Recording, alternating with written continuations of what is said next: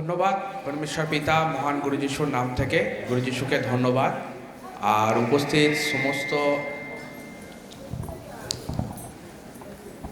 আজকের এই সন্ধ্যায় আমরা প্রত্যেকে উপস্থিত হয়েছি এবং আমাদের জন্য সন্ধ্যার একটা টিফিন ছিল। প্রত্যেকেই টিফিন খেয়ে আমরা এখানে বসলাম এবং প্রত্যেকেরই একটা ইচ্ছা আছে। আমরা প্রথম থেকে সেই ইচ্ছা নিয়েই আমরা নিজেদের প্রকাশ করেছি। আজকে আমাদের এখানের উপস্থিত হওয়া, আমি একটা বিষয় বলতে চাই। আমরা প্রত্যেকেই এখানে, আপনারা যারা উপস্থিত আছেন, অনেক বড় আমার থেকে, আমার পিতৃতুল্য, আমার মাতৃতুল্য আছেন আপনারা হয়তো অনেকবার পুরী এসছেন, ঘুরেছেন। আসার উদ্দেশ্য কি ছিল? প্রত্যেকেরই একটা উদ্দেশ্য ছিল, মন্দির দর্শন করব, প্রসাদ নেব, বাড়ি যাব। আজকের আমরা পুরী এসছি, আজকেরও আমাদের একটা উদ্দেশ্য থাকা দরকার। আজকের যে বার্ষিক রাজদূত সভা, সেই যে রাজদূত সভায় যে শিক্ষা, যে চেতনা, যে জ্ঞান পরমেশ্বর পিতা আমাদেরকে দিচ্ছেন, সেই সমস্ত বিষয়ের প্রতি আমাদের বেশি নির্ভরশীল হওয়ার আছে। কেননা আর 10টা মানুষের সাংসারিক জীবনযাপনের থেকে আজকের আমাদের সাংসারিক জীবনযাত্রা তো আলাদা। আর 10টা মানুষ যারা আপনাদের সঙ্গে যদি তাদেরকেও নিয়ে আসা হয় পুরীতে, তাদের উদ্দেশ্য কি থাকবে? আমাকে এটা কিনতে হবে, আমাকে ওটা নিয়ে যেতে হবে। আপনাদেরকে আরও ভালোভাবে আমি বোঝাতে পারবো। আপনারা প্রত্যেকেই রাজা সলোমনকে চিনতেন, জানেন, ওনার বচন সম্বন্ধে আপনারা অভিজ্ঞত। রাজা সলোমন যখন ঈশ্বরের চোখে খুব ন্যায্যবান হলো, তখন ঈশ্বর রাজা সলোমনকে বলেছিল, তোমার কি প্রয়োজন বলো। আর 10টা মানুষের মতো উনি ওনার বলতে পারত, আমার প্রচুর অর্থ দরকার, আমার প্রচুর ক্ষমতার দরকার, বলতে পারতো কি না? কিন্তু উনি কি চাইলো? ভিন্ন কিছু চাইলো পরমেশ্বর পিতার কাছে। কি চাইলো? আমাকে জ্ঞান দান পিতা। আজকে আমরা উড়িষ্যায় এসছি, রাজ্যে পুরীতে, আমাদেরও ভিন্ন কিছু থাকার প্রয়োজন আছে। তখনই পরমেশ্বর পিতা আমাদের প্রতি খুশি হবেন, আরও উনি আমাদের দয়াশীল হবেন। নিজেকে নতুন রূপে তৈরি করার আছে। পরমেশ্বর পিতা আমাদেরকে নতুন রূপে তৈরি করেছে। আদিতে যখন পরমেশ্বর পিতা জলে ভাসমান ছিল ঈশ্বরের আত্মা, তখন উনি সমস্ত কিছুই মুখ দিয়ে সৃষ্টি করেছেন। তাই তো? আমি ঠিক বলছি? বচনটা এটাই তো বলছে যে উনি সমস্ত কিছুই মুখ দিয়ে তৈরি করেছেন, বলেছে, সৃষ্টি হয়ে গেছে। কিন্তু মনুষ্যকে উনি নিজের মতো করে নতুন কিছু, উনি বলেছিলেন এখানে নতুন কিছু আমি তৈরি করতে চাই। নতুন কিছু উনি তৈরি করেছেন, মনুষ্যকে তৈরি করলেন এবং সেই মনুষ্যের জন্য উনি সমস্ত কিছুই আগে থেকে পরিকল্পনা করে রাখলেন। আজকের পরমেশ্বর পিতা আমাদেরকেও এই জায়গা দিয়েছে, এই পৃথিবীতে আমাদেরকেও স্থান দিয়েছে, আমাদেরকেও মন, আমাদের হাত পা, আমাদের চোখ, আমাদের শরীর, সমস্ত কিছুই আমাদের উপর নির্ভরশীল করিয়ে দিয়েছে। কি করার জন্য? নতুন কিছু উপস্থাপনা করার জন্য। নতুন কিছু পরমেশ্বর পিতা আমাদের থেকে একসেপ্ট করে, নতুন কিছু আশা রাখে। আপনারা পিতা মাতা, আপনারা আপনাদের সন্তানের থেকে নতুন কিছু আশা রাখেন না? না রাখেন না? আপনি চান যে আর 90টা ছেলের মধ্যে থেকে আমার ছেলে যেন একটু ভালো পজিশান থাকে, আমার ছেলে ডাক্তারিতে যেন চান্স পেয়ে যায়, আমার ছেলে ইঞ্জিনিয়ারিংয়ে যেন চান্স পেয়ে যায়, আমার ছেলের ভালো বৌমা যেন হয়। সমস্ত দিক থেকে কি থাকে? আমাদের আশা আনএক্সেপ্টেড থাকে, মানে ভালো কিছু হোক। ঈশ্বরেরও তো কিছু আশা থাকে আমাদের প্রতি, যে আর 10টা ভাই বোন যেমন আছে, আমার আর 10টা ছেলে মেয়ে যেমন, তার থেকে আমরা যেন নিজেদেরকে আলাদা তৈরি করতে পারি, তার থেকে নিজেদেরকে আলাদা রূপে যেন আমরা নিজেদেরকে উপস্থাপনা করতে পারি। তবে তো জগৎ আমাদের থেকে জ্বলবে, তবে তো জগৎ আমাদের থেকে বুঝবে যে সত্যি এ ঈশ্বরের আরাধনা করে, সত্যি এ পবিত্র জন যাচ্ছে, এর থেকে কিছু জানার আছে, এর থেকে কিছু শেখার আছে। আমাদের কার্যকলাপ, আমাদের কর্ম, আমাদের বর্ণ পরিচয়ের মতো আমাদেরকে পরিচয় করিয়ে দেবে, যে এর দ্বারা আমার কিছু শেখার আছে। যেটা গুরু যিশু আজ আমাদের সঙ্গে আছেন, দেহতে নেই, কিন্তু ওনার প্রত্যেকটা কার্যকলাপ, ওনার প্রত্যেকটা চলা, ওনার প্রত্যেকটা কথা বলা আজকে আমাদের কাছে কি করে রেখেছে, স্মরণলিপি করে রেখে গেছে। আরও তো অনেক মানুষ প্রচার করেছে, তাদের কথা তো স্মরণলিপি করা হয়নি, কিন্তু গুরু যিশুর কথা বা আদার্স যে ভবিষ্যৎবাণীর কথা কেন এত স্মরণলিপি করা হয়েছে? তারা নতুন কিছু করার চেষ্টা রেখেছিলেন, তারা নতুন কিছু উদ্দেশ্যকে খোঁজার চেষ্টা করেছিলেন। আমাদের মধ্যেও নতুন কিছুকে খোঁজার আছে, নতুন কিছুকে জানার আছে। তখনই পরমেশ্বর পিতা আপনাকে দিয়ে প্রচুর কর্ম করাবে। যেটা আমরা প্রত্যেকেই বচন জানি, যোসেফ ছোট বয়স থেকেই ঈশ্বরীয় আত্মাতে চলতেন, ঈশ্বরের জ্ঞান ওনার স্বপ্নে আসতো। সেই স্বপ্নের কথা যখন ওর পিতাকে বলতো, তখন ওর পিতা ওনাকে অগ্রাহ্য করত। এমনটা কি হতে পারে? এমনটা কি হতে না, এটা হওয়ার নেই, মানে ওর পিতা ওকে অগ্রাহ্য করত। কিন্তু পরমেশ্বর সেই দিশা দেখাচ্ছে, পরমেশ্বর সেই আশা দেখাচ্ছে, তো পরমেশ্বর পিতা সেই আশাকে পূর্ণও করেছেন। আজকের পরমেশ্বর পিতা মার্কে 16-17-তে বলে রেখে গেছে, তোমাদের দ্বারা অনেক বড় বড় কর্ম হবে, অসুচি আত্মা তোমার দ্বারা ছাড়বে, তুমি কারোর উপর হস্তার্পণ করবে, সে সুস্থ হয়ে যাবে। তো আমাদের দ্বারা অবশ্যই নতুন কিছু, বড় বড় ক্ষমতা, বড় বড় চিহ্নত কার্য, পর্বত, সমস্ত কিছুই আমার দ্বারা সরবে। নতুন কিছু উপস্থাপনা করার আছে, মন তৈরি করার আছে, মনকে তেজ করার আছে। না পিতা, এটা হবে, আমার দ্বারা হবে, আপনি করান পিতা, আপনি তো আমার সহবর্তী। ভয় পাওয়ার নেই, এগিয়ে যাওয়ার আছে। যখন আমি 2016 সালে এই বচন পাই, তখন আমার মধ্যে প্রথমে সবারই যেমন চিন্তাধারা থাকে, এই বয়স থেকে ঈশ্বরের সাধনা করব, এখনো তো আমার বয়স হয়নি সাধনা করার মতো। কিন্তু যখন আস্তে আস্তে ঈশ্বরকে জানতে শিখলাম, ঈশ্বরকে বুঝতে শিখলাম, মনের মধ্যে একটা পরিকল্পনা তৈরি হলো যে না, এখান থেকে নতুন কিছু করার আছে, পরমেশ্বর এখান থেকে নতুন কিছু করাবে, অনেক কিছু এখান থেকে উনি শেখাতে চান, অনেক কিছু এখান থেকে আমাদেরকে জানাতে চান। কেননা যখন আমি পবিত্র শাস্ত্রের ভেদকে পড়তে শুরু করলাম, যদি আমরা পবিত্র শাস্ত্রের ভেদকে না পড়ি, কখনোই এই সম্বন্ধে আমরা অবগত হব না। কখনোই যদি আমরা বাক্যের সঙ্গে জুড়ে না থাকি, এই সম্বন্ধে অবগত থাকব না। থাকার আছে, যখন এর সঙ্গে আমরা নিজেদেরকে থাকব, তখন এর পরিচয় আমরা দিতে পারব। আমি একটা টিভিতে দেখছিলাম, আমরা প্রত্যেকেই জানি বনের রাজা হচ্ছে সিংহ। তো প্রত্যেক পশুই একটা দৌড় প্রতিযোগিতায় নাম দিয়েছে যে যে জিতবে সেই হবে রাজা। তো ঘোড়াও দৌড়াচ্ছে, হাতিও তার মতো করে ছুটছে, বাঘ, কুকুর, শিয়াল, ছাগল সবাই দৌড়াচ্ছে। কিন্তু একটা কোণে দেখা যাচ্ছে সিংহ, সে তার মতো করে চুপ করে বসে আছে।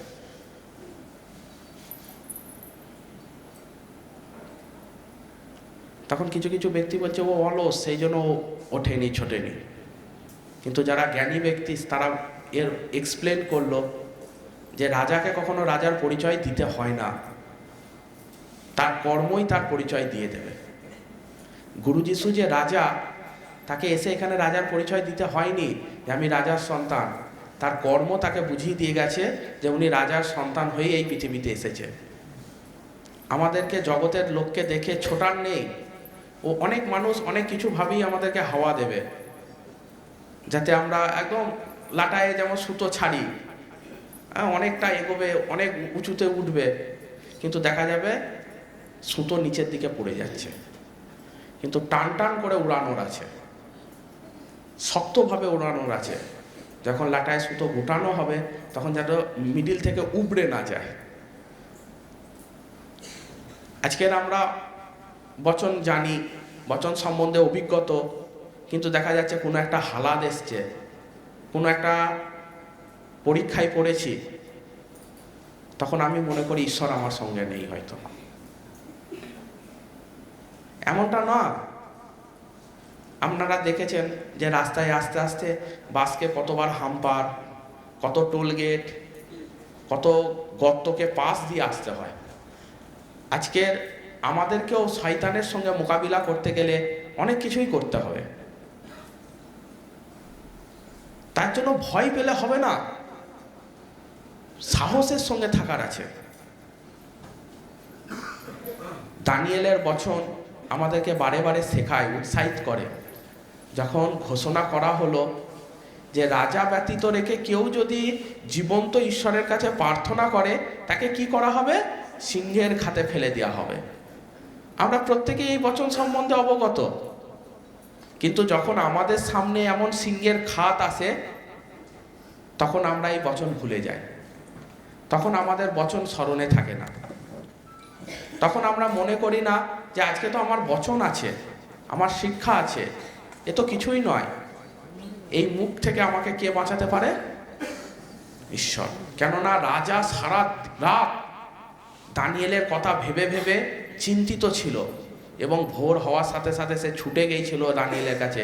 দানিয়েল, তুমি কি জীবিত আছো? তোমার ঈশ্বর কি তোমাকে জীবিত রেখেছে? বলছে, হ্যাঁ পিতা, হ্যাঁ পিত, আমার ঈশ্বর আমাকে জীবিত রেখেছে। আজকে আমাদের প্রত্যেকটা মাথার চুল পরমেশ্বর পিতা বলছে গুণিত করে রেখেছে। তোমার একটা চুল কেউ তুলতে পারবে না, সেই ক্ষমতা পরমেশ্বর পিতার আছে।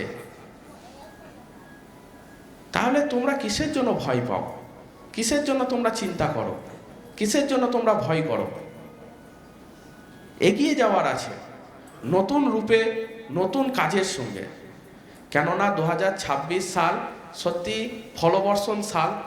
এবছর প্রচুর জমিতে আলু হয়েছে, ডবলভাবে ধান হয়েছে। মানে পিতা তার কর্মতে বুঝিয়ে দিয়েছে যে সত্যি ফলবান সাল। এবং তার থেকেও বড় উপমা, 2026 সালে পুরীতে প্রথম দফায় হয়েছিল 250, প্রায় 250, আর এখন হয়েছে 400। মানে উনি যদি এই ক্ষমতা না থাকতো ওনার, তাহলে এই ফলবানটা উনি দেখাতে পারতো না। আমরা কি জানি, একবার প্রোগ্রাম করার পর দ্বিতীয়বারে প্রোগ্রাম করলে সেখান থেকে একটু কমে, তারপরে প্রোগ্রাম করলে আর একটু কমে। যেটা গুরু যিশুর প্রথম কার্যের সময় হয়েছিল। গালিলে যখন উনি ছিলেন, যখন দ্রাক্ষারস শেষ হয়ে গিয়েছিল, তার মা যখন তাকে গিয়ে বলেছিল যে আপনি এই কাজটা করে দিন, তখন উনি যখন ওই জলকে দ্রাক্ষারসে পরিণত করেছিল এবং যখন সেটা বরের লোকেদের কাছে যখন প্রেজেন্ট করেছিল, তখন বলেছিল প্রথম রস তো খুব সুস্বাদু, তারপরে যে রস আসে সে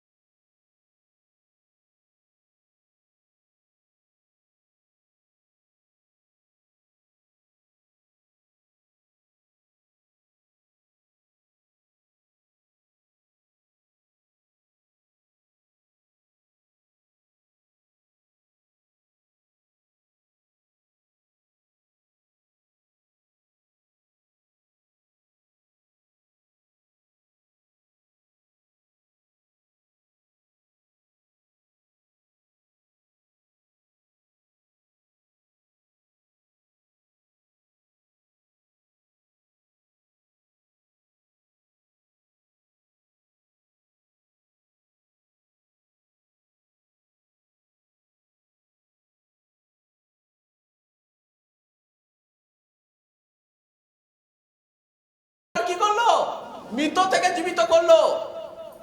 তার সামনে কয়েকশো সেনাবাহিনী রেখে দিয়েছিল যাতে গুরু যিশুর বডি কেউ যেন তুলে না নিয়ে যেতে পারে।